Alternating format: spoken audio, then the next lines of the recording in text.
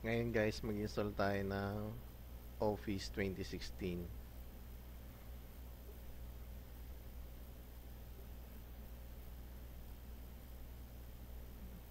So una kasi ginagawa ko, napunta muna ako ng Windows Security.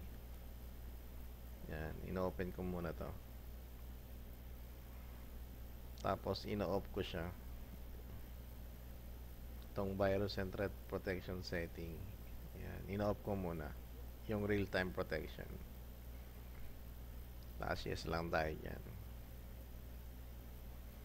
Pag na-off ko na yan, so mag-start na ako mag-install. So ito yung Office na dinownload ko. Marami to sa Pirate Bay eh. So punta ka lang ng Pirate Bay. Download mo siya. So double click lang natin to. Tapos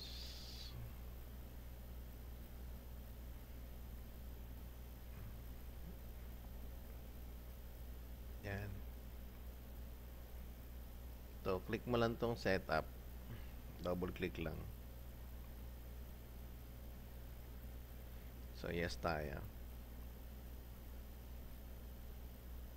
Tapos hintayin lang natin tong matapos.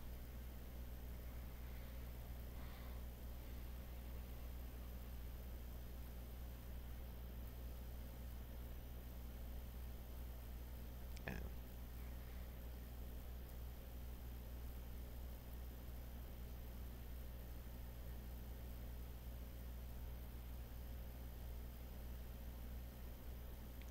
So after nating ma-reformat yung PC natin, kadalasan kasi wala yung mga Word eh.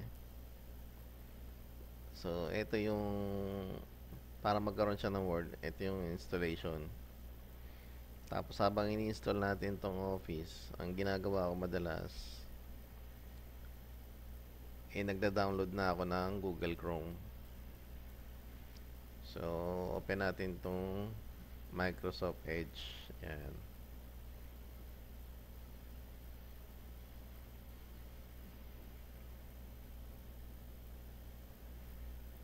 Tapos click mo yung complete setup. Confirm. Yan. Continue without signing. Yan. Tapos type lang natin si Google. .google.com.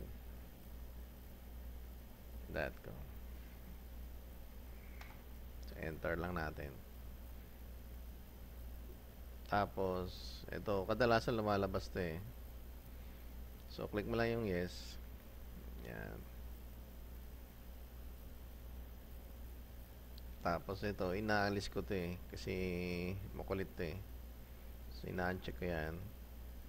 Tapos download lang ako ng Chrome. Click ko yung tapos yan. Tapos open file lang tayo. Tapos yes tayo dito.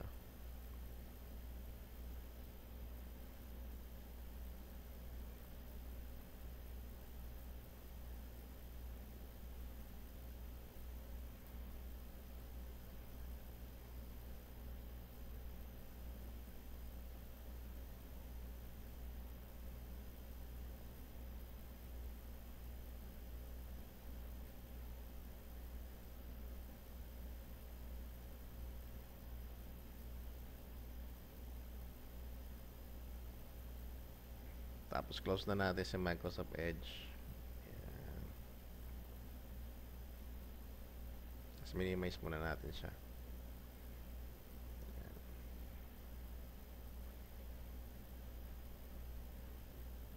Close natin to.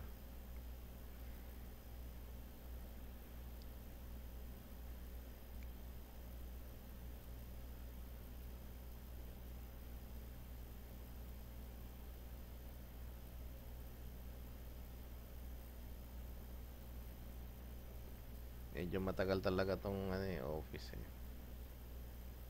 Yan ginagawa ko, nagda-download muna ako ng iba. Yan. So pag nataas na download, magda-download ulit tayo ng click natin yung Google Chrome. Yan. Open natin siya.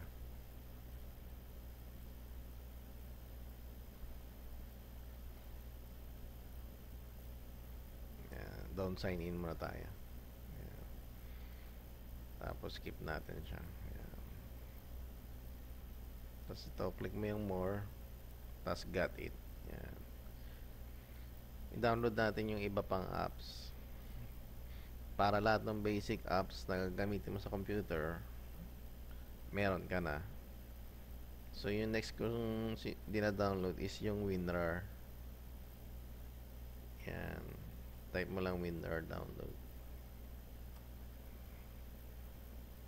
Yan. Tapos click lang natin itong download free support.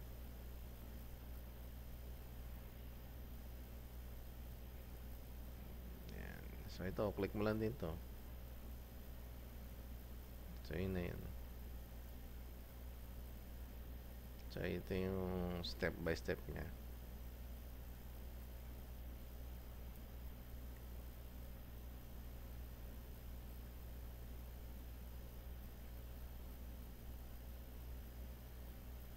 So, ayan. Click lang uli natin to. Yes lang tayo dito. Tapos, click install. Tapos, continue. Tapos, okay. Ito, chinecheck ko na rin itong ISO sa Jar. Ayan. Tapos, okay. Tapos, done. Ayan.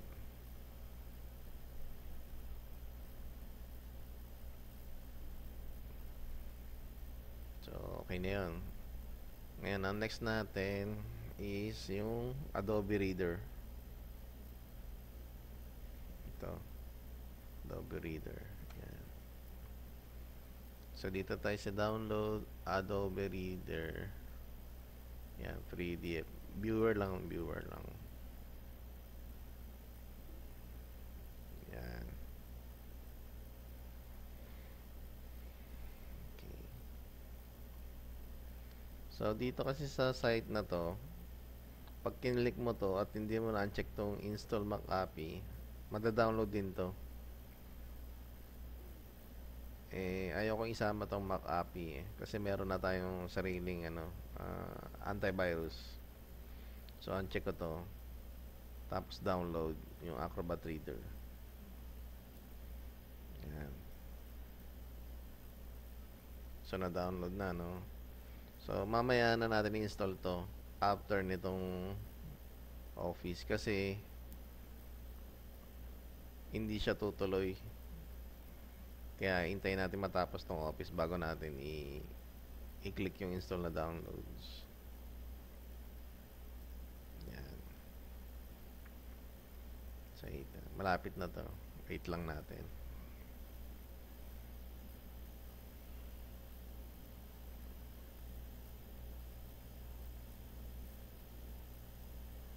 So, ito na guys. Close lang natin to. Tapos, testingin na natin. So, type natin si Word. Yan. So, open lang natin siya. Yan.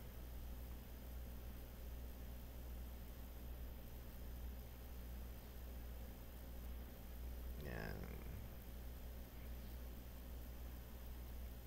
Tapos ito, close mo lang ganyan. Tapos, click accept. Tapos, blank document.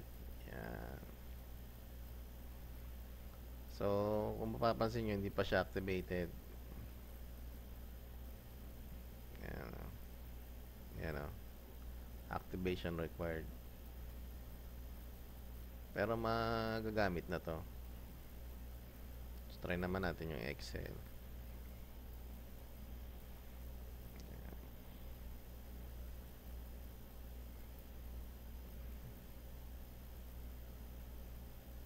So, close lang natin. So, yan, Excel. Yan. So, pinipin ko lang sa taskbar to eh. Para, ito na yung magiging shortcut niya.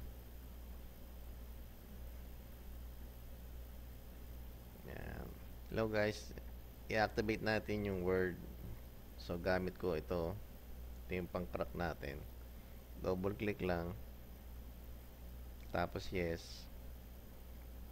Yan. Tapos ito, click mo yung block. Yan. Tapos dito, press 1 lang. Yan. Yan. Tapos ito, enter. So, hintayin mo lang. Medyo matagal siya eh.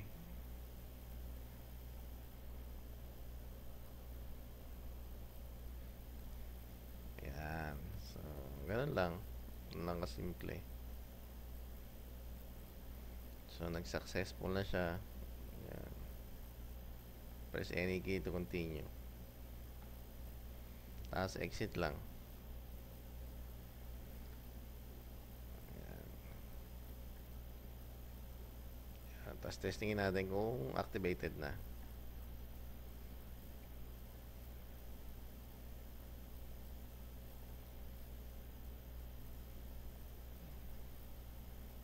Yan. Click na. So, check natin activated. Ito sa account. Yan. So, product activated. So, yun lang guys. Thank you for watching. Subscribe to my channel.